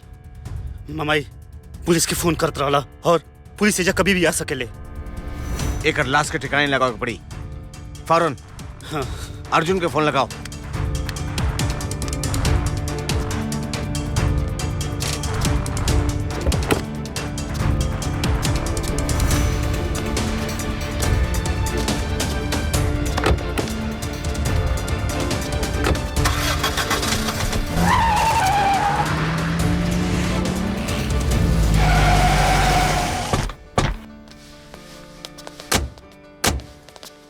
केकरा से मिले के बा? चाचा जी नहीं खने जा। हरिया से मिले के बा हमरा के। हरिया के बुलाओ। हरिया अपना गाँव में गइल बा, एजा नहीं खे। हरिया कहाँ बा? हम ओकर के ढूंढ लेम। तू रास्ता छोड़। अब सन एक एक कोना तहनी के छान मारा सा। ये कहूँ जगह बाचे के ना चाहिए। अरे ये सब कहाँ जात अड़न? रामलाल को कहता नहीं कि हरिया अपना गाँव में गइल बा, लेकिन हई बाड़न की सुनते नहीं खन। केहू थाना में खबर के ले रहा कि सीता के हत्या भइल बा और हरिया ओकर चश्मदीद गवाह। का बकवास करता रहा? डॉक्टर सिन्हा के हमार पत्नी खुद अपने से अपन बयान लिखौली। पहले जाके अपन फाइल चेक कैला। केहू कुछो इल्जाम लगा देई त तू हमरा घर में आ करके तलाशी लेवे लगबा। 2 मिनट रुक जा लो। अगर हरिया मिल गई ना तो दूध के दूध और पानी के पानी हो जाए। सर केहू नहीं के कमरा में। हाँ? हो गई तसल्ली। चला निकला यहाँ से। वाह, घोड़ा के नाल ठुकवावते मिढ़को टांग उठावे लगन। सब लोग से कहा तनी कान खोल के सुन ला सा। हरिया हमरा 2 दिन के अंदर थाना में चाहिए। हई वर्दी के नु हौस मत दिखावा। 1 स्टार वाला दरोगा। हमार चाचा नु 3 स्टार अवन। जया उनके नीचे आ गई नु ना जियल बनी ना मुअल। अरे जौना दिने सबूत मिल गई ना ओ दिने चाचा के साथे तोरो समाधि बना दे। हत्यारा के का बोलते रहे? हाँ, हमार पत्नी खुद लिखोले बाड़ी कि उनके मौत उनके गलती से भइल। वैसने गलती तू मत कर दिया राघवेंद्र बाबू, नहीं तो तू मौत के घाट उतर जीवा। हमार बात माना तो होशियार रहा। चल रहे। अभी बंद केस के खुलवावत आवे। एगो गवाह रहे, उहो गायब बा। सरवा हत्यारा पुलिस के धौंस ते तड़सन। वर्दी पहिर के हम सीता दीदी के इंसाफ नहीं के दिवा पावत। लानत बा हमरा ऊपर। कुछ तो रास्ता हुई आकाश। पूरा के पूरा परिवार सातिर बा। एगो सबूत नहीं खसा छोड़ ले। कानून तनी के कुछ न बिगाड़ पाई। अब ये हत्यारन की सजा बस भगवान दे सकता रे।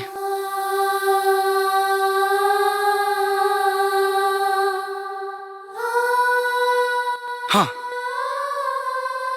एगो रास्ता बा और एगो आखिरी उम्मीद। के? डॉक्टर सिन्हा।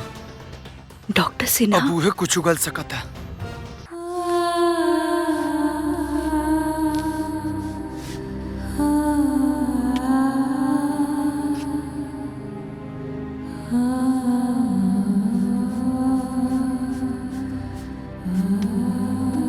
थोड़ा सा और।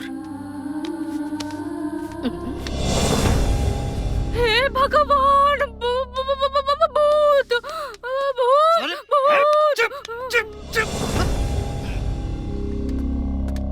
सीता, हम है माई गीता।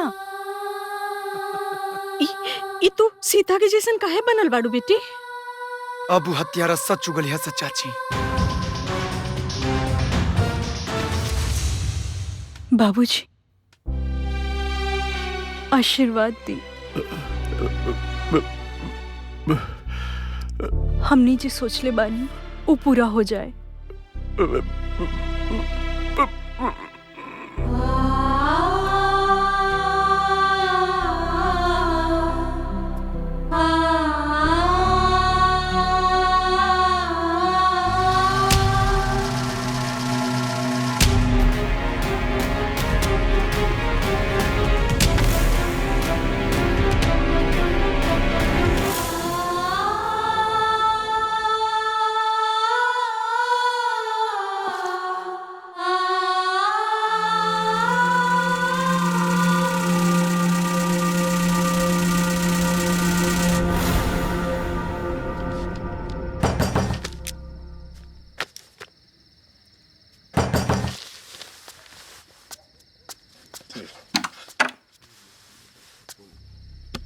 इलाज करावे के बा। अच्छा आओ, हम तुम्हारा अच्छा इलाज कर दे। आओ आराम से।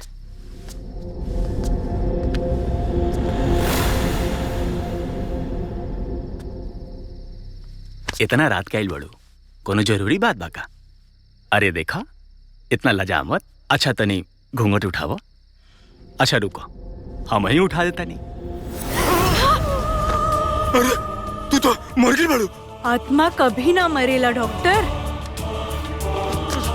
हमार कत्ल कैसे भइल तू सब जाना ताड़े।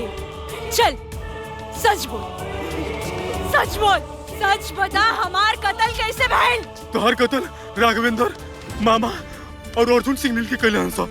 हम तो सिर्फ पैसा लेकर झूठा रिपोर्ट बनैनी। हाँ? मोबाइल से रिकॉर्डिंग करो तारू। हाँ? चल मोबाइल दे, मोबाइल दे, दे मोबाइल।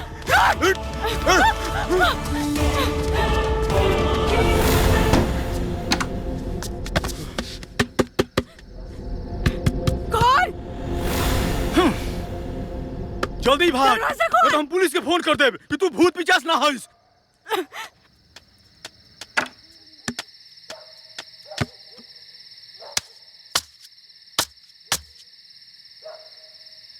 आखिरी उम्मीद भी खत्म हो गई।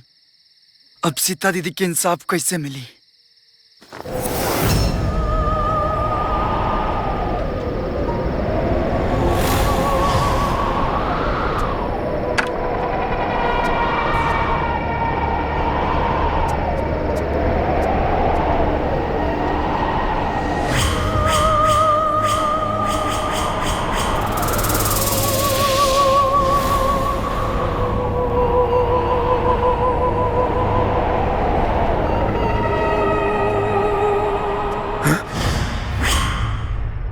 अरे अब ती कौन है रे?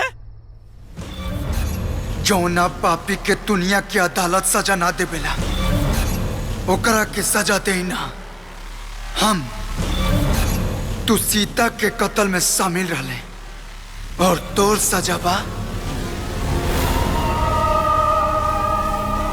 सजाए मौत।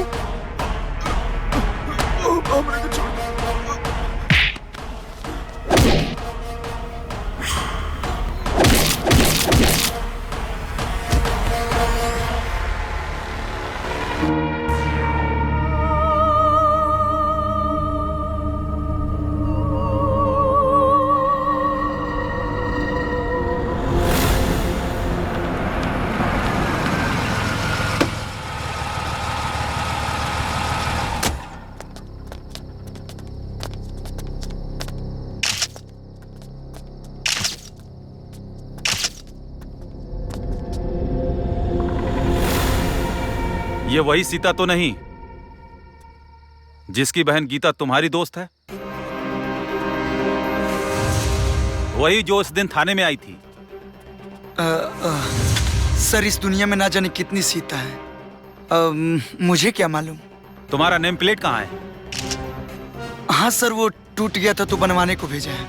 अच्छा ठीक है, बॉडी को पोस्टमार्टम के लिए भेजो। का डॉक्टर सिन्हा की कत्ल हो गई? कैसे? के कैलस? तफ्तीश होता, लेकिन एगो अजीब बात बा। हम सपना में देखने की डॉक्टर सिन्हा के कत्ल हम कैले बानी। तू कत्ल नहीं कर सकत। लेकिन हमार नेम प्लेट का? खैर छोड़ा, आदमी सोचेला का और हो जाला का। अरे हम तो सोचले रहे कि ड्यूटी ज्वाइन केला के बाद चाचा चाची से तोहर हाथ मांगे के सोचले रही, लेकिन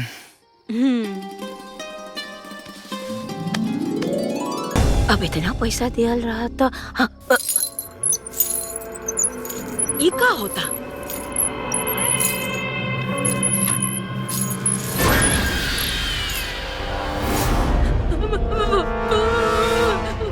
तू लोग का सोचत बाड़ा कि हमार जान लेके हमार बाबूजी के बर्बाद करके मौज करबा तू लोग? डॉक्टर सिन्हा तो मर गई, अब तू लोगन के बारी बा।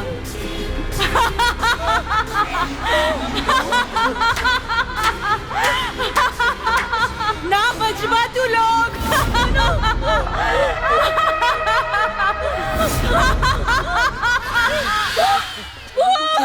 मम्मी मम्मी कहाँ भूत कहाँ बा भूत कहाँ? अरे मम्मी पागल हो गई बड़ू का? मम्मी मामा पागल हो गई बड़ा का? मम्मी मम्मी ठीक बानू? हे बाबू, हमरा के बहुत डर लागत बा। पता न कौन हमनी के जान के पीछे पड़ल बा। जो कोई भी बा ओके सामने तलावे के पड़ी न चाचा जी। ई जे भी होई सीता के करीबी के होई। सही कहा तड़ा। एकरा से पहले कि वो हमनी के डसे ओकरा बिल से निकाल के कुछ लही के पड़ी।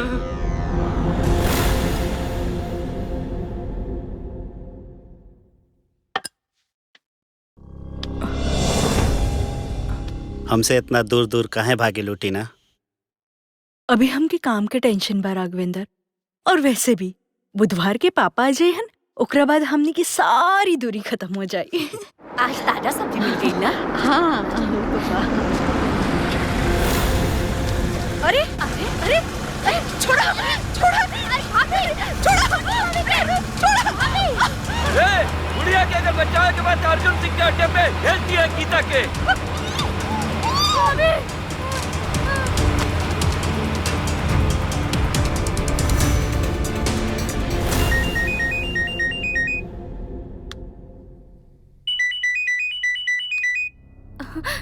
कट गई।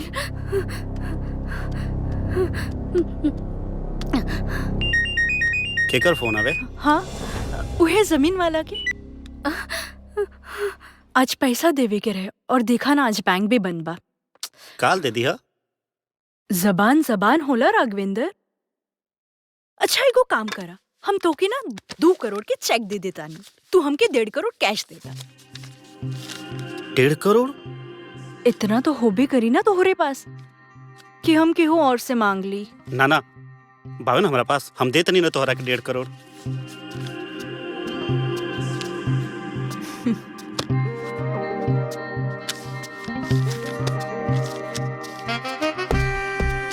ई ला पूरा 1.5 करोड़ बाय में ला गिन ला। इला चेक। ये तू चेक अपना पासे रखा। अरे ना ना, ये अपन पास रखिया और काल बैंक में जरूर जमा करा दिया।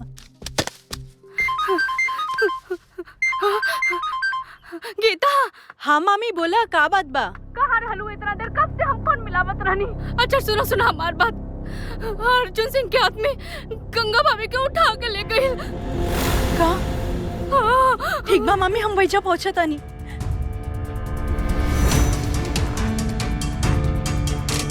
हेलो आकाश, अर्जुन सिंह माइके उठा के ले गइल बा। हाँ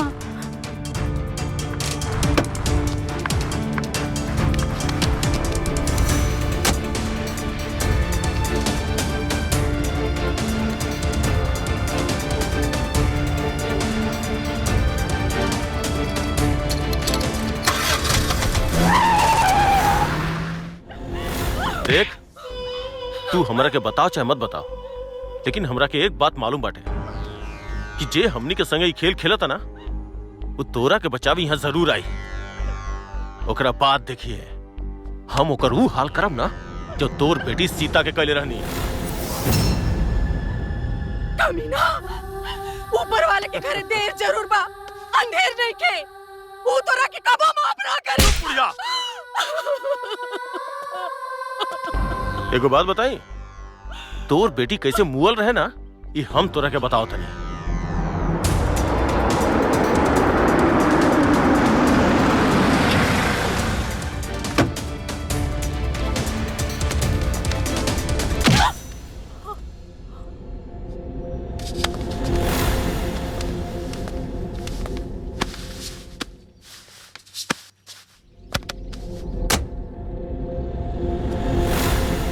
पहले ओकरा जहर दियल गई, उ ना मरल।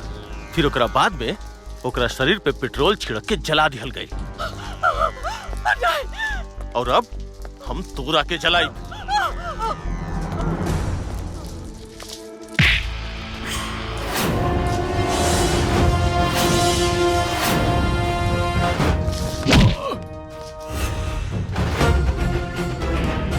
आग लगावे वाला कभी कभी वही आग में वो खुदे जर के भस्म हो जाला। अच्छा, एक सब इंस्पेक्टर होके सीनियर की आंख दिखाइबे? हम तोरा की आंख दिखावे ना, तोर आंख निकाले आइल बानी। ए, जगत का बर्तन बाहर से निकल के।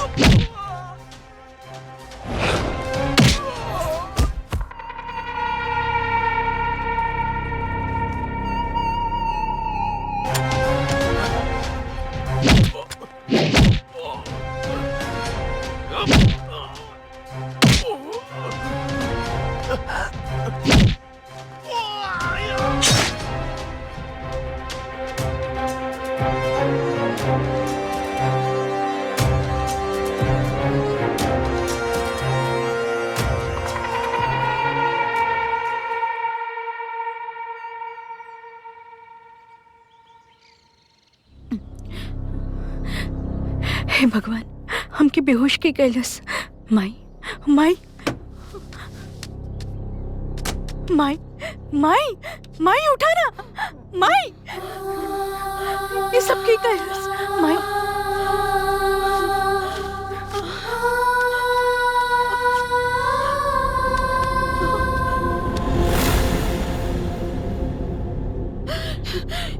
हे प्रभु, ई सब के कैलस।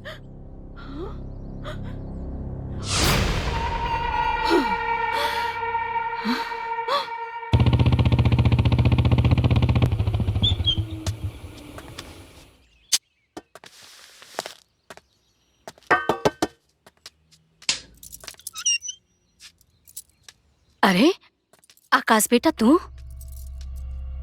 चाची तू ठीक तो बाड़ू ना? हाँ बेटा, हम ठीक बानी। गजब हो गई। वो अर्जुनवा मालूम बा हमके। वैसे गीता कहाँ बाड़ी? गीता तो हमरा के यहाँ छोड़ के तुरंते चल गई। ठीक बा, हम चलतनी। अच्छा। हेलो, का अर्जुन चाचा के मौत कैसे? का बात करता तू? कब और कहाँ भइल? लेकिन भइल किसे? अनहर बड़ा का रहुआ तो महान बनी टीना जी।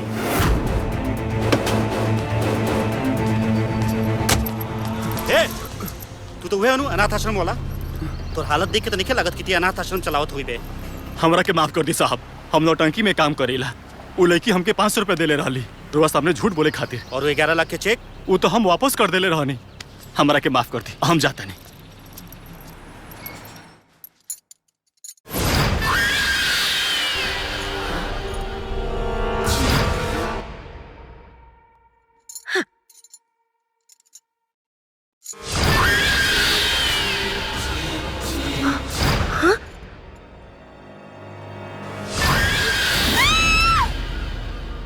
हेलो, सॉरी हम आपको डिलीवरी नहीं कर सकते। वो चेक बाउंस हो गया है। क्यों? क्योंकि मैडम ने इस चेक पे साइन टीना सिंघानिया के नाम से किया था, लेकिन ये अकाउंट तो गीता सिंह के नाम पे है।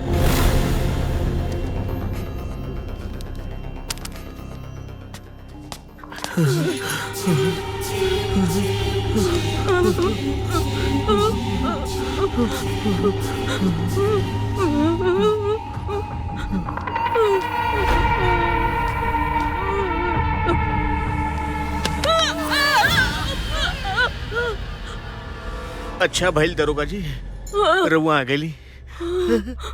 अंदर भूत बा। तू लोग एजे रुका, हम देखा तानी।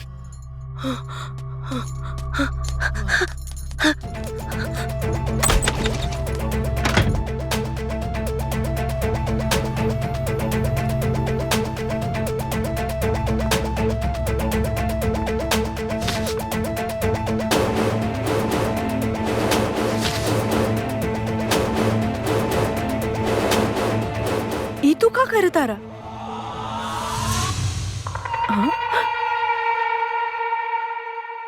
ई तू दीदी जैसन गर्दन कब से खुजावे लगला? चला निकला यहाँ से। अच्छा तोरा पता बा अर्जुन सिंह? हमके सब मालूम बा, निकला यहाँ से।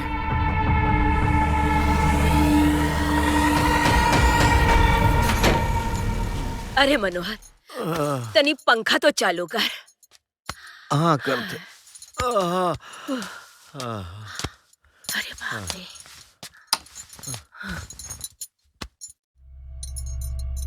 लागत लटिया नहीं खे। अरे मेन स्विच जाके देखा। हाँ जा। अरे बाप रे बाप।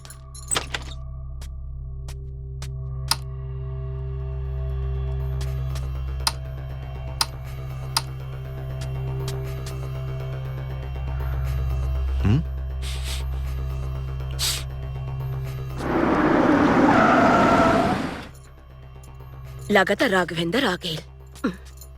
अरे राघवेंद्र बेटा, लागत कि वो सीता आ गई है। मम्मी मम्मी, उना सीता हिया ना टीना हिया, वो गीता हिया और वो अर्जुन चाचा के भी कत्ल कर देले बिया। हे भगवान, वो हमनी सबके मार मम्मी दे।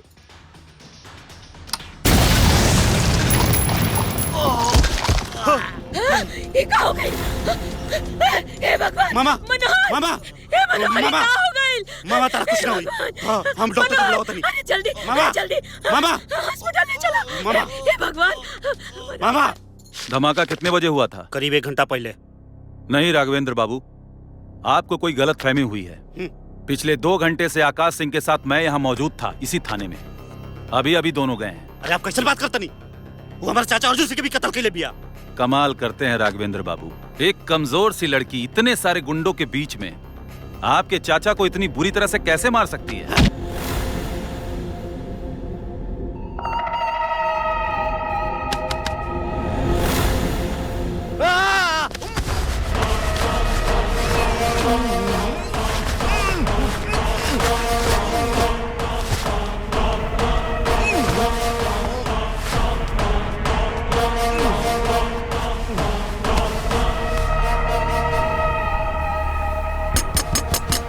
खोला, दरवाजा खोलो, दरवाजा खोलो। मम्मी मम्मी, ए बेटा तू ठीक बाड़ू? हमनी के ले चल। वो हमनी सबके मार दे। हम लोग के ले चल ना तो तारा तारा कुछ ना हुई। मार दे बेटा। कुछ ना हुई तारा। वो आइल तो ना रहे। वही तक तो ना आइल रहे, लेकिन वो आई, हमने सबके मार दे। चुप चुप चुप।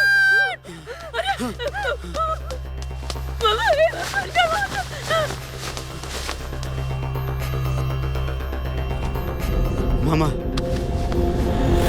मामा मामा हमनी के माफ कर दा हमनी के। पूरा दुनिया के सामने अपन गुनाह कबूल कर ले। बहुत बड़ा पाप भइल हमनी से। हम लालच कहले रहनी।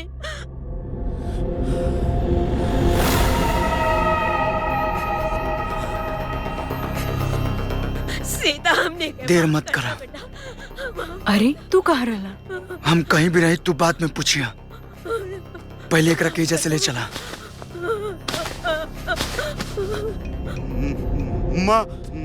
मम्मी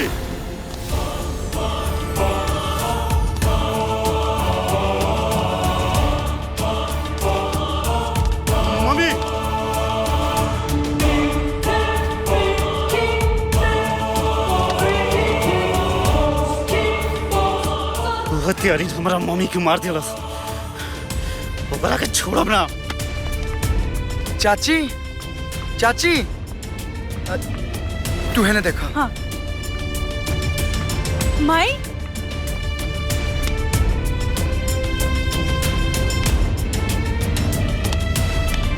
माई नहीं खिलौकत। हेलो टीना सिंघानिया उर्फ गीता सिंह अगर अपना परिवार के जिंदा देखल चाहता रे नो तो डायमंड रिसोर्ट में हो रहल महिला दिवस सम्मेलन में आजो।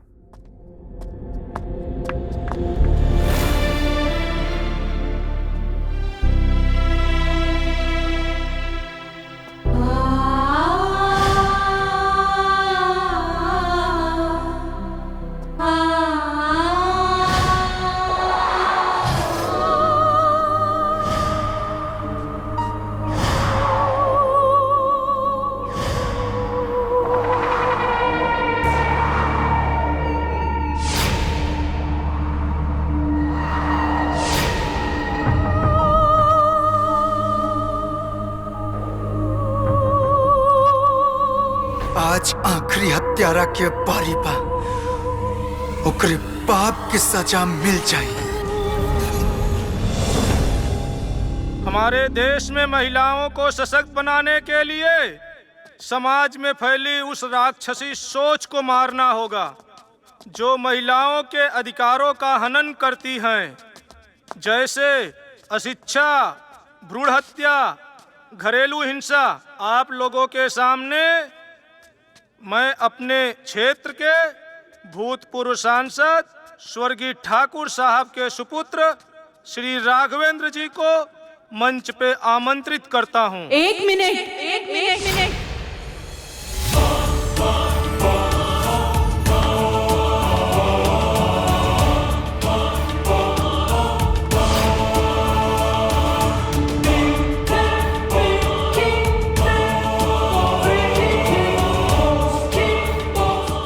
महिला सशक्तिकरण की बात तो बहुत होला, लेकिन का उन पर हो रहल अत्याचार के केहू रोक पाइलस आज तक? माँ बाप अपन लड़की के पढ़ावेला, लिखावेला, पालेला, पोसेला, अपन ताकत से बढ़ के ओकर बिहा करावेला। वो लड़की अपन घर परिवार छोड़ के अपना पति के परिवार के अपना ले ली, अपन सब कुछ उन पर निछावर कर देले। बाकी कुछ दहेज के लालची लोग वो लड़की पे तरह तरह से अत्याचार करेला, यहाँ तक के ओकर जान लेवे में भी ना हिचकिचावेला। एकरा से बढ़ के पाप कुछ हो सकेला का? ओ हत्यारा ये भूल जाना कि ओकर घर में भी लड़की हुई, ओकरे साथ भी ऐसा हो सकेला? का बीतत हुई ओकर परिवार पे? हम ई सब आज यही से कहतानी, काहे कि हम और हमार परिवार ई दुख के भोग चुकल बानी। कुछ महीना पहले आपके शहर में एगो लड़की मर गई रहे, जेकर नाम सीता सिंह रहे। वो लड़की के मौत के लोग हादसा समझ के भूल गए। वो लड़की हमार बहन रहे और ई राघवेंद्र सिंह जी के पत्नी।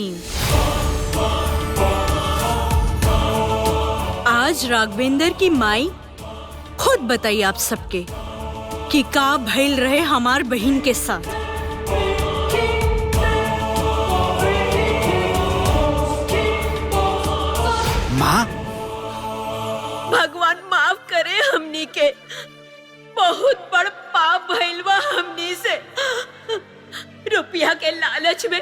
हम हमार बेटा राघवेंद्र और मनोहर सीता के जिंदा जला दहली जा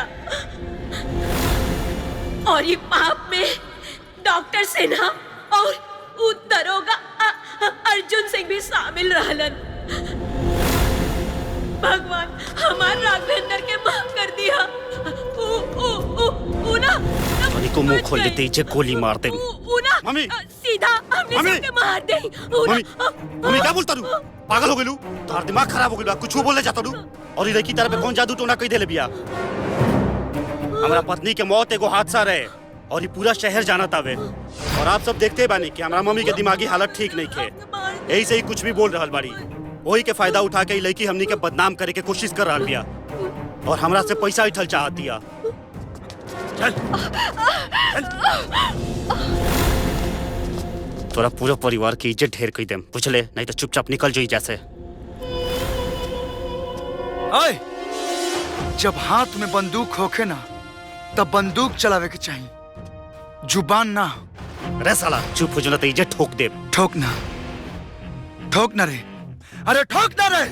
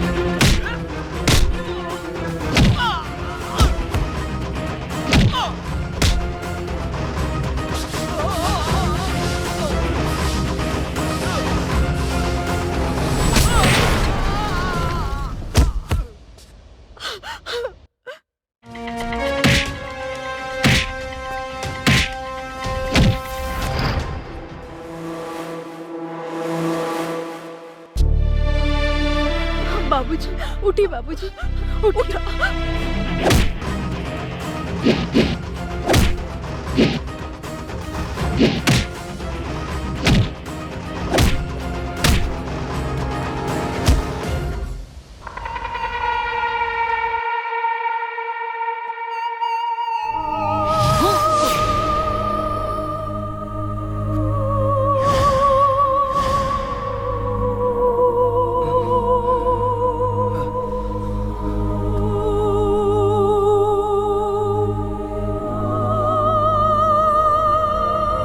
सीता दीदी,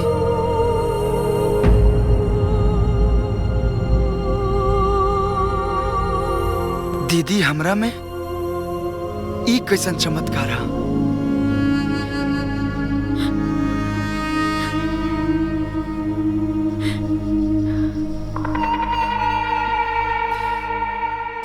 तू की हवे रे? तोरा के तो मार चुकल बानी हम।